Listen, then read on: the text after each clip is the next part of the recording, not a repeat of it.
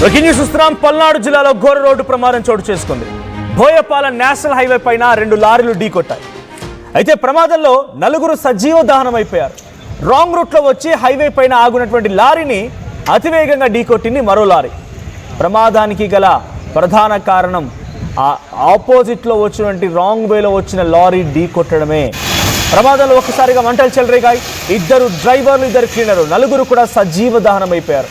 మంటల్లో పూర్తిగా 2 లారీలు కూడా కాలిపోయాయి. ఘటనా స్థలంలో రెస్క్యూ ఆపరేషన్స్ కొనసాగుతున్నాయి. విజువల్స్ మనం చూడొచ్చు. ఓ లారీ రాంగ్ రూట్లో వచ్చి హైవే పైన ఆగినటువంటి ఇంకో లారీని ఢీకొట్టింది. ఈ లారీని ఢీకొట్టిన క్రమంలో ఒక్కసారిగా మంటలు చెలరేగాయి తీవ్రంగా. ఆ మంటల్లో 4 సజీవ దహనం అయిపోయారు. బోయపాలెం నేషనల్ హైవేపై ఈ సంఘటన చోటు చేసుకుంది. పల్నాడు జిల్లాలో 2 లారీలు ఒకదానొక ఢీకొనడంతో 2 లారీలు కూడా పూర్తిగా దగ్ధమైపోయాయి. రాంగ్ రూట్లో వచ్చిన లారీయే ఈ ప్రమాదానికి కారణమైంది. సో ఒకసారి అక్కడ రెస్క్యూ ఆపరేషన్స్ కొనసాగుతున్నాయి. ఆ విజువల్ చూద్దాం.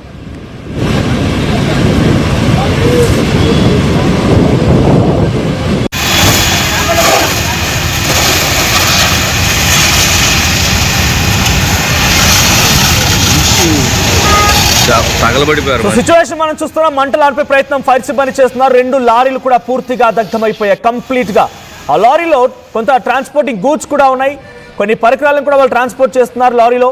సో ఆ లారీలో పైన ఉన్నటువంటి ఆ పరికరాలు మొత్తం కూడా అగ్నికి ఆహుతైపోయాయి. 2 లారీలు కూడా పూర్తిగా దగ్ధమైపోయాయి. ఈ 4 సజీవ దహనం. ఎక్కడ వాళ్ళు అక్కడే వాళ్ళు కూర్చున్న చోట డ్రైవర్ సీట్లో డ్రైవర్, క్లీనర్ కూర్చున్న చోట క్లీనర్. 4 కూడా ఎక్కడ వాళ్ళు అక్కడే మరణించారు. ఇక్కడ ఓ లారీ ఆగి ఉంది. మరో లారీ రాంగ్ రూట్లో వచ్చి అవతల వైపుగా ఆగినటువంటి ఆ లారీని ఢీ కొట్టడమే ఈ ప్రమాదానికి గల కారణంగా తెలుస్తోంది. అయితే ఇది తెలియక అర్ధరాత్రి సమయంలో నిద్రమత్తులో జరిగిందా, లేదు అటుగా వెళ్తున్న సమయంలో కంట్రోల్ తప్పి ఈ ప్రమాదానికి కారణమని తెలియదు. కానీ మొత్తంగా 4 మరణానికి మాత్రం ఈ ప్రమాదం కారణమైంది. సో విజువల్స్ మనం చూడొచ్చు. సహాయక చర్య కొనసాగుతున్న ఇంకోవైపుగా ఆ కాలిపోయినటువంటి రైట్ సైడ్ మీకు కొన్ని చూపించలేకపోతున్నాం ఆ దృశ్యాన్ని. కానీ బ్లర్లో మీకు చూపిస్తున్నట్టుగా ఆ ఫోటోలో ఉన్న వ్యక్తి ఒక లారీ డ్రైవర్. ఆ లారీ దగ్ధమైపోయిన తర్వాత ఆ లారీ డ్రైవర్ యొక్క కాలిపోయినటువంటి ఆ శరీరం ఆ లారీ డోర్లో నుంచి బయట వేలాడుతోంది. సో చాలా హృదయ విదారకమైనటువంటి దృశ్యాలు అక్కడ కనబడుతూ ఉన్నాయి. మా ప్రతినిధి సాయి సిద్ధంగా ఉన్నారు. సాయి, ఏంటి పల్నాడు జిల్లా బోయపాలెం దగ్గర ఈ ఇన్సిడెంట్కి సంబంధించి అప్డేట్స్ ఏంటి? అసలు ఈ ప్రమాదంలో తప్పు ఎవరిది? ఎందుకు ఆ లారీ రాంగ్ రూట్లో వచ్చి ఈ లారీని ఢీకొట్టాల్సి వచ్చింది? ఏదైనా నిద్రమత్త, లేకపోతే ఇంకేదైనా కంట్రోల్ చేయకపోవడం, స్పీడ్ కంట్రోల్ చేయకపోవడంతో డివైడర్ దాటి వచ్చింది అనుకోవాలా? సో పోలీసులు ఏం చెప్తున్నారు? మనోజ్, ఏదైతే పత్తిపాడు నియోజకవర్గం పరిధిలో వచ్చేటటువంటి బోయపాలెంలో ఉదయం సమయంలో ఘోర రోడ్డు ప్రమాదం అని చెప్పొచ్చు.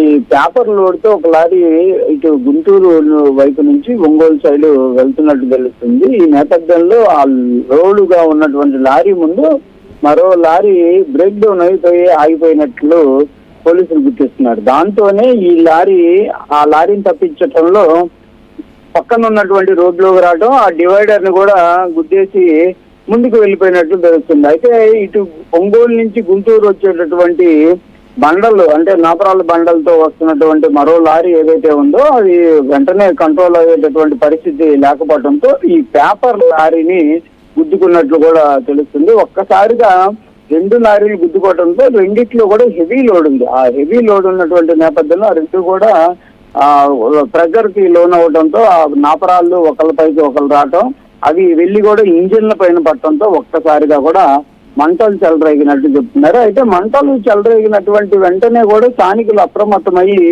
అక్కడ ఉన్నటువంటి స్థానికంగా ఉన్నటువంటి ఫైర్ డిపార్ట్మెంట్ కి వాళ్ళైతే ఫోన్లు చేశామన్న విధంగా చెప్తున్నారు. కొంత ఫైర్ డిపార్ట్మెంట్ వాళ్ళు రావడం లేట్ అవడంతోనే పూర్తిగా 2 లారీల్లో ఉన్నటువంటి మనుషులు సజీవ దహనమైనట్టు చెప్తున్నారు. ఈ పేపర్ లోడ్ లారీలో 3 ఉన్నట్లు కూడా గుర్తిస్తున్నటువంటి పరిస్థితి ఉంది. ఎదురుగా వస్తున్నటువంటి నాపరాయి లాడు ఏదైతే ఉందో ఆ లారీలో డ్రైవరు, వీళ్ళు మొత్తం 4 ఒక్కసారిగా సజీవ దహనం అయిపోయారు. అయితే అలా పేపర్ లారీ నడుపుతున్నటువంటి డ్రైవరు అక్కడ అందరినీ పిలిచేటటువంటి ప్రయత్నం చేసినట్టు కూడా స్థానికులు చెప్పారు. నన్ను ఎలాగోలా బయటికి తీసుకుందండి, నాకు పిల్లలు ఉన్నారంటూ కూడా అతను ఆర్తనాదాలు చేసినప్పటికీ ఆ లోడు లారీ ఒక్కసారిగా ప్రెజర్ గా గుద్దటంతో కింద ఉన్నటువంటి పార్ట్ ఇరుక్కుపోయినట్టు కూడా స్థానికులు చెప్తున్నారు. ఆ డోర్ ఓపెన్ చేసే పరిస్థితి లేదు. దాంతో పాటు ఆయన ఇరుక్కుపోయినటువంటి నేపథ్యంలో బయటికి చాలేకపోయామనే విధంగా కూడా స్థానికులు చెప్తున్నారు. దీంతోనే ఒక్కసారిగా మంటలు చెలరేగటం అటువైపుగా అంటే ఎంత దారుణమైనటువంటి పరిస్థితి అంటే తన ప్రాణం పోతుంది అనే విధంగా అతనికి తెలిసిపోయినటువంటి పరిస్థితి. ఆయన పక్కన ఉన్నటువంటి ఇద్దరు క్లీనర్లు వాళ్ళు మంటల్లో తగలబడిపోతుంటే ఈ పక్కన ఉన్నటువంటి డ్రైవరు ప్రత్యక్షంగా చూసి ఆయన కూడా ఆ మంటల్లోనే సజీవ దహనం అయిపోయినటువంటి పరిస్థితి అయితే ఈ యాక్సిడెంట్ లో క్లియర్ గా జరిగిందనే విధంగా స్థానికులు చెప్తున్నారు. అయితే నాపరాల లోడ్లో వచ్చినటువంటి డ్రైవర్ మాత్రం ఢీకొనడంతోనే ఒక్కసారిగా నాపరాలు వచ్చి అతని పైన ప్రెజర్ గా పడటంతో అతను ముందు చనిపోవడం, తర్వాత మంటలు చెలరేగడం, తర్వాత వీళ్ళు ముగ్గురు సజీవ దహనం అయిపోయినటువంటి పరిస్థితి. ఏదైనా జరిగినటువంటి సంఘటన పైన మాత్రం స్థానికులు తీవ్ర ఆవేదన వ్యక్తం చేస్తున్నటువంటి పరిస్థితులు ఉన్నాయి. ఇక్కడ ఎవరిది తప్పనేది చెప్పలేనటువంటి పరిస్థితి. ఎందుకంటే ఒక లారీ బ్రేక్ డౌన్ అయిపోయింది.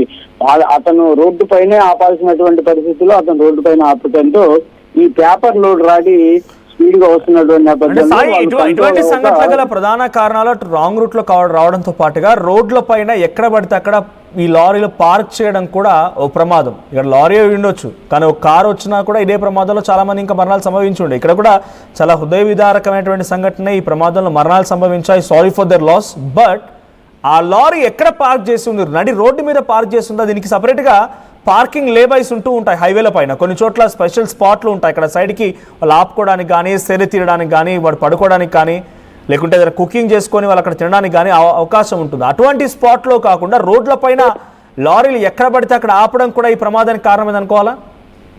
అంటే ప్రధానంగా కూడా మనోజ్ గుంటూరుకు సంబంధించి NH16 ఒకసారి పరిశీలిస్తే ఓపెన్ ఏరియా ఉన్నటువంటి ఏరియా చాలా తక్కువగా ఉంటాయి. ఈ రోడ్డు పైన ప్రయాణం చేస్తుంటే రోడ్డు పైన ఆపుకోవాల్సినటువంటి పరిస్థితి ఉంటుంది. ఏదన్నా ఇబ్బందికర పరిస్థితులు ఉంటే ఆ జాతీయ రహదారి వెంటే ఆపుకోవాలి. లేకపోతే ప్రత్యేకంగా వాటికి ఆపేటటువంటి ప్రాంతాలు ఒకటో రెండో మాత్రమే అవైలబుల్ లో ఉంటాయి. మిగిలిన ప్రాంతం అంతా కూడా రోడ్డే ఉంటుంది. ఎక్కడన్నా ఇబ్బందిగా ఉంటే కంపల్సరిగా అదే రోడ్డు పైన పక్కన ఆపేసుకోవాలి.